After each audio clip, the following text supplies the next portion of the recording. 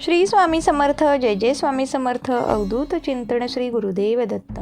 श्री स्वामी समर्थ सेवा या माझ्या यूट्यूब चॅनलमध्ये आपल्या सर्वांचे अगदी मनापासून स्वागत करत आहे. वास्तुशास्त्रानुसार टिपमध्ये आज आपण झोपताना कोणत्या दिशेला पाय करून झोपावे याविषयी माहिती जाणून घेणार आहोत.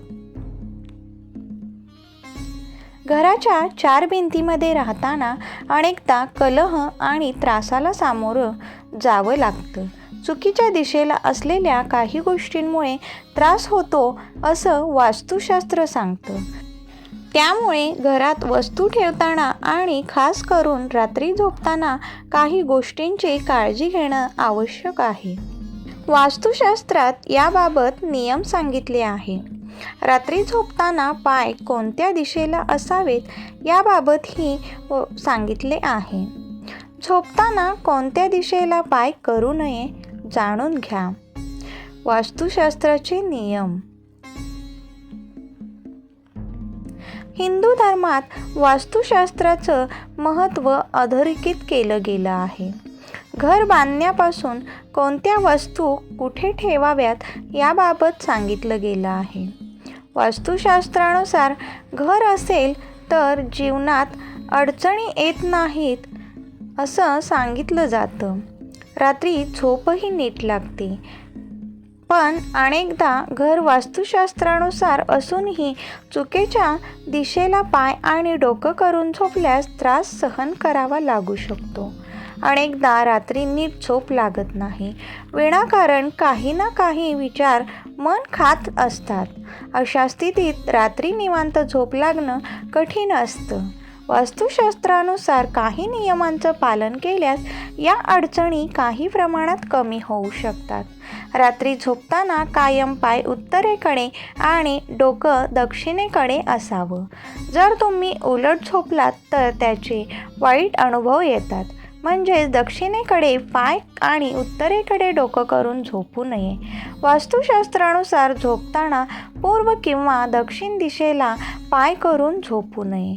असे झोपल्यास आरोग्यविषयक तक्रारींचा सामना करावा लागतो. वास्तुशास्त्रानुसार दक्षिण किंवा पूर्व दिशेला डोकं करून झोपणं कधीही चांगलं मानलं गेलं आहे. म्हणजेच पाय हे उत्तर किंवा पश्चिम दिशेला असावेत. अशा पद्धतीने झोपल्यास शारीरिक आणि मानसिक आरोग्य उत्तम लाभतं. कोणत्याही गोष्टीचं झोपताना विनाकारण टेन्शन येत नाही. दक्षिण आणि पूर्व दिशेला डोकं करून झोपल्यास व्यक्तीचं आयुष्य वाढतं, दीर्घायुष्य मिळतं. शारीरिक आणि मानसिक तणावातून दिलासा मिळतो. दुसरीकडे दक्षिण आणि पूर्व दिशेला पाय करून झोपल्यास अशुभ मानलं जातं.